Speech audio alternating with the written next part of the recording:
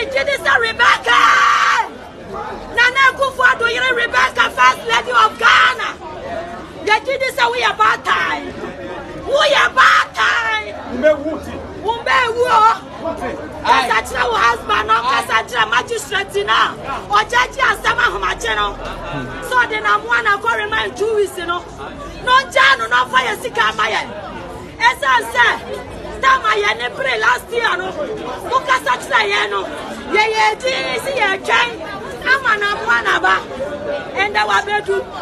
One country cry a Jano Waba. Ah, Nagana. And then as I saw Musama Bratiani Brevium. Munjano. Nasa Yasikana, Matitin, and Tinamoyasa. Me one more.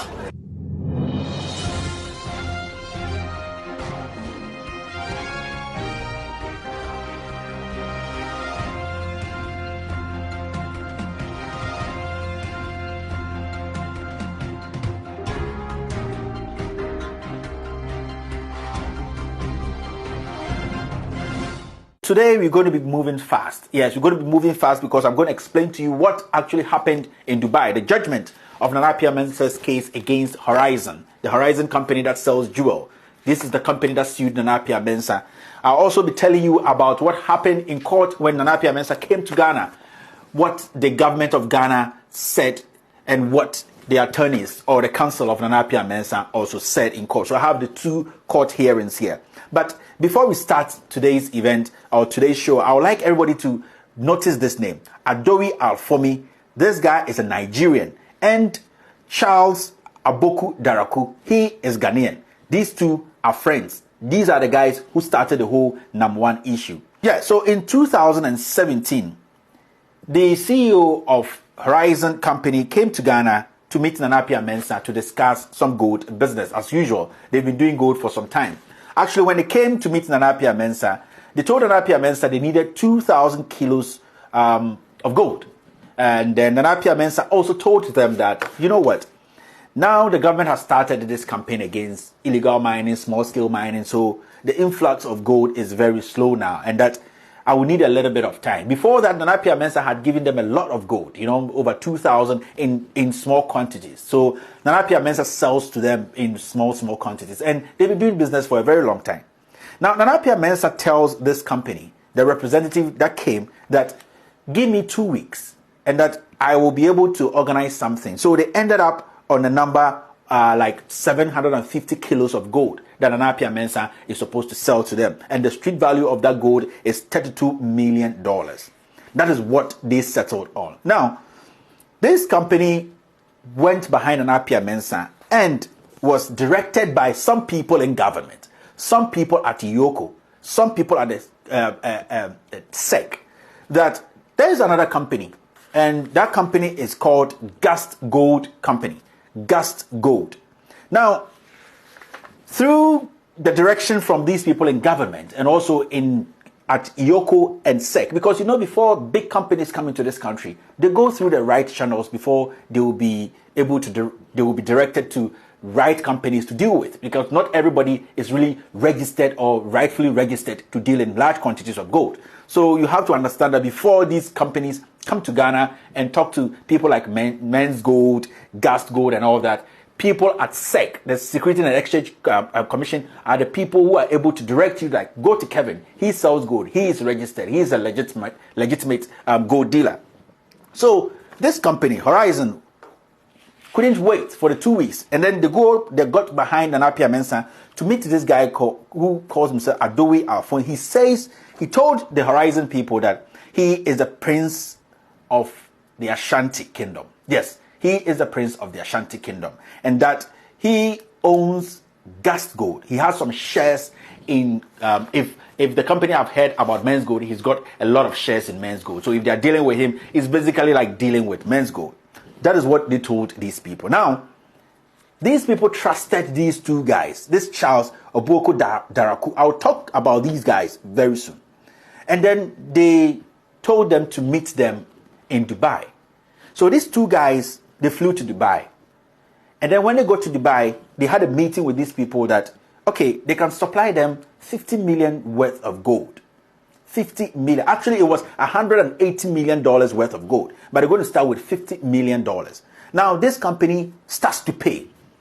They ended up paying about $48 million to $50 million to this guy posing as the Prince of Ashanti and his Ghanaian friend, Charles Aboko Daraku. This is what happens. Nana Appiah Mensah then is able to manage, he's able to raise the 750 kilos of gold, and he flew this gold all the way to Dubai and handed it over to these people in Dubai. Now he comes back because he's been doing business with them for over 4 years. It's part of the reason why this Horizon company lost their case in court, because they have been dealing with Nana Appiah Mensah for 4 years. And Nana Appiah Mensah has been dealing with them as the CEO of Men's Gold. They've been to Ghana, they've been to his office. He's never changed his name, identity, his passport. He's used the same identity to deal with these people for 4 years. Now this is what happens. Nana Appiah Mensah comes back to Ghana. He's waiting for his money to be transferred to him. 2 Swift checks come in, they all bounce. Now he gets worried. So Nana Appiah Mensah decides to go to Dubai to take his money. Now, Nana Appiah Mensah leaves Ghana, yes, thinking that he has a legit business. Men's Gold customers, listen to me. Nana Appiah leaves Ghana. The day Nana Appiah leaves Ghana, he notifies the Ghana Airport Authority. He notifies Yoko. He notifies the Ghana police that he is leaving for Dubai. And you have to understand this. Airplanes, private airplanes, are not like 207 or they are not like Kia Optima. They are planes. And before they leave, they go through a lot of process, checks, paperwork are done. So Nana Appiah Mensah can't just get up in the morning, go sit in the plane and fly to Dubai. So technically, Nana Appiah Mensah made sure that he was going through the right channel before he left Ghana. Nana Appiah Mensah leaves Ghana. He gets to Dubai to chase his money. Then he's locked up. Yes, Nana Appiah Mensah is locked up in Dubai. But the funny thing is, after Nana Appiah Mensah was locked up in Dubai, these 2 guys escape. These 2 guys are given the VIP treatment at Kotoka International Airport and they escape. Now, listen to something. These guys received the $50 million in Ghana. Yes, they received the money at Unibank. In fact, the account number, this is the judgment in Dubai. The account number was 030-100-20-50011. Yes, they received the amount at Unibank Ghana. They received the $50 million there. So definitely there should be a name connected to this account. Charles Aboko Daraku is the person who led this transaction. And our checks indicate that Charles is actually a very close friend to somebody very close to the president. Yes, a very, very close friend to somebody very close to the president. In fact, Charles lives like 3 blocks from this person's wife's house. Yes, in Ghana. And the person knows what I'm talking about. I have documents here to prove the text messages, email messages, and all that between that person and Charles and other people in government who tried to push this under the carpet. Now, these guys received the money at Unibank. This is not even important. It's not important because Nana Appiah Mensah does not know these guys. They use Nana Appiah Mensah's company to defraud these people because they know these people have been working with Nana Appiah Mensah. But do you know how Nana Appiah Mensah ended up in this case? When Nana Appiah Mensah went to Dubai to pick his money, he was arrested. And the CEO of Horizon decided to insert Nana Appiah Mensah's name in his statement because he thought that Nana Appiah Mensah knew this guy and that they were all doing good business together. So Nana Appiah Mensah is also a scammer or a fraudster. So he inserted Nana Appiah Mensah's name in his statement because he didn't have any data on these 2 guys. These 2 guys I mentioned, Adowi Alfomi, the Nigerian, and Charles Aboko Daraku.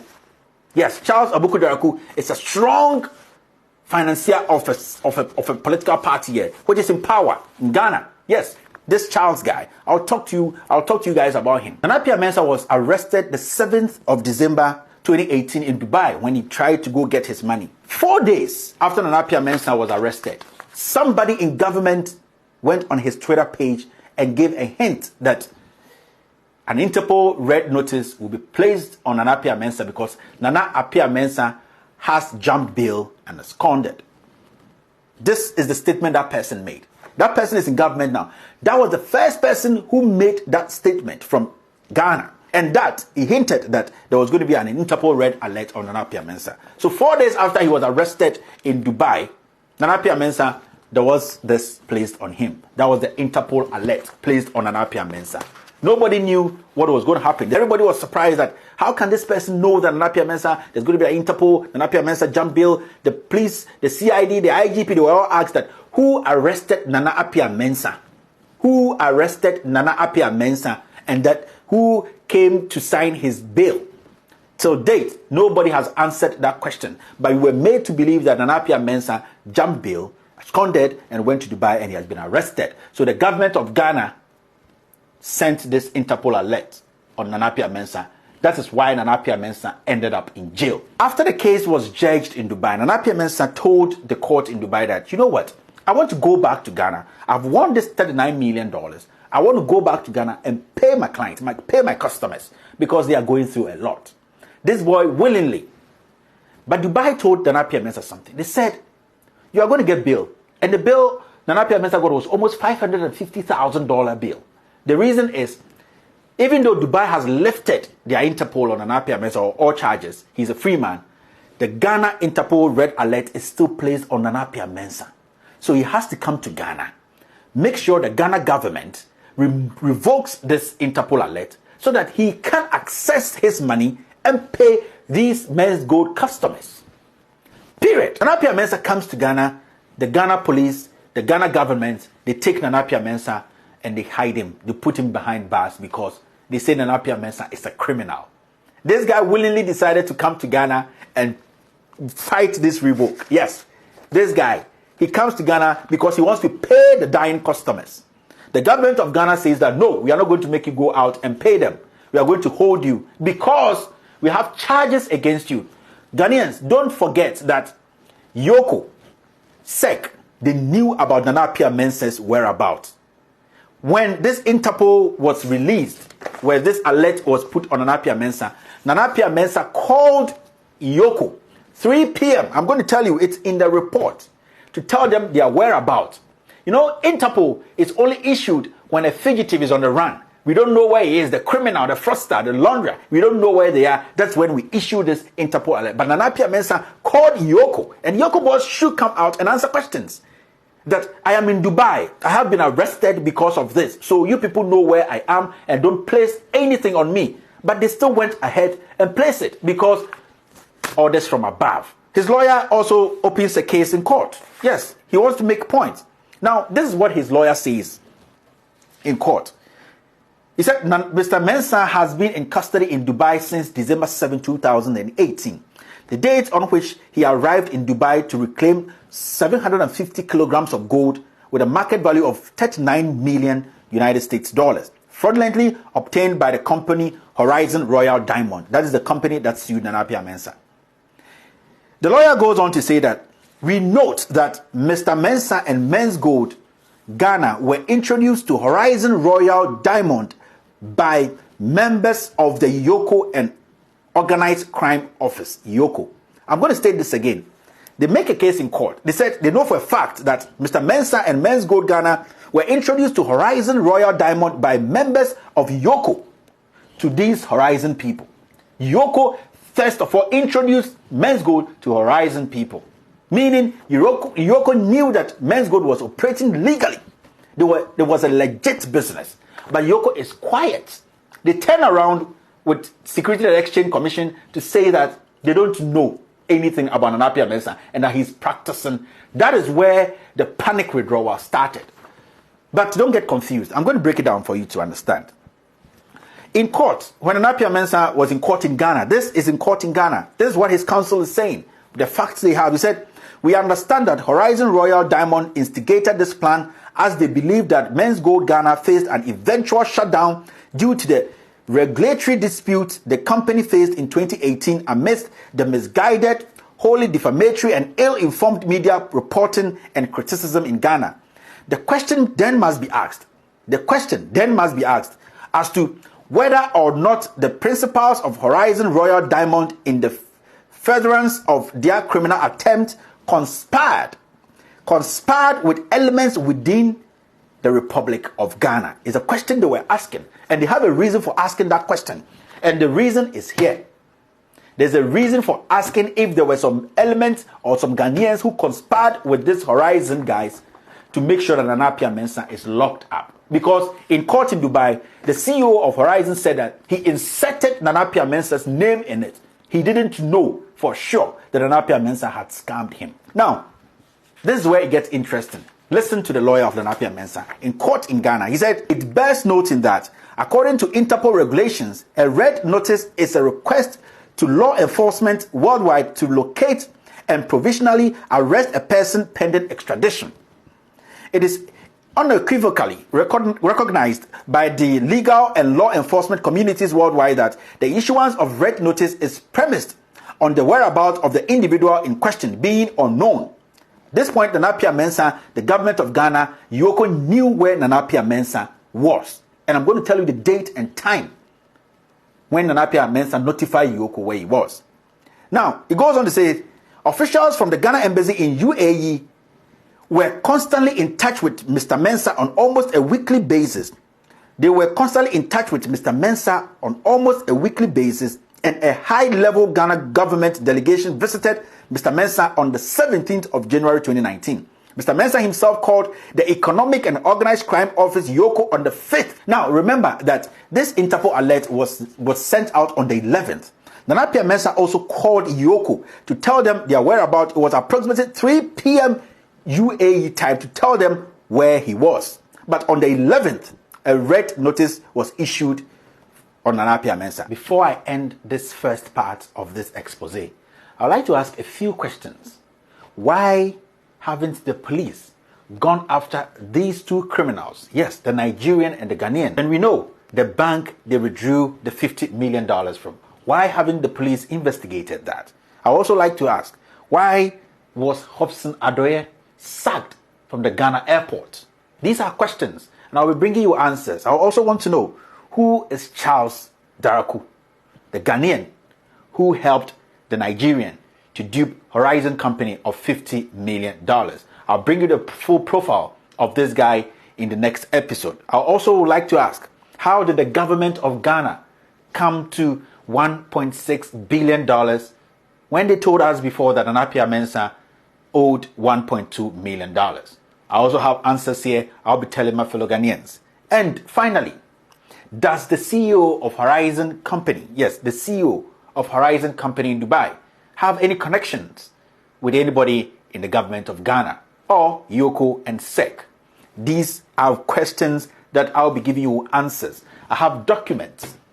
I have email trackings. We've intercepted so many things.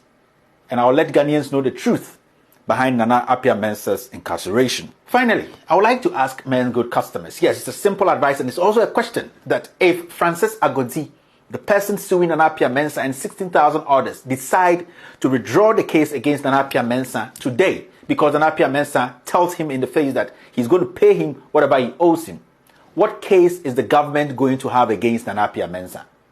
Men's good customers, I've always said that I'm just a messenger. I'm here to tell you the truth. But men's good customers, the honest truth is, don't allow people to use your foolishness to fool you. Ladies and gentlemen, my name is Kevin Ekobedu Taylor, and this is With All Due Respect.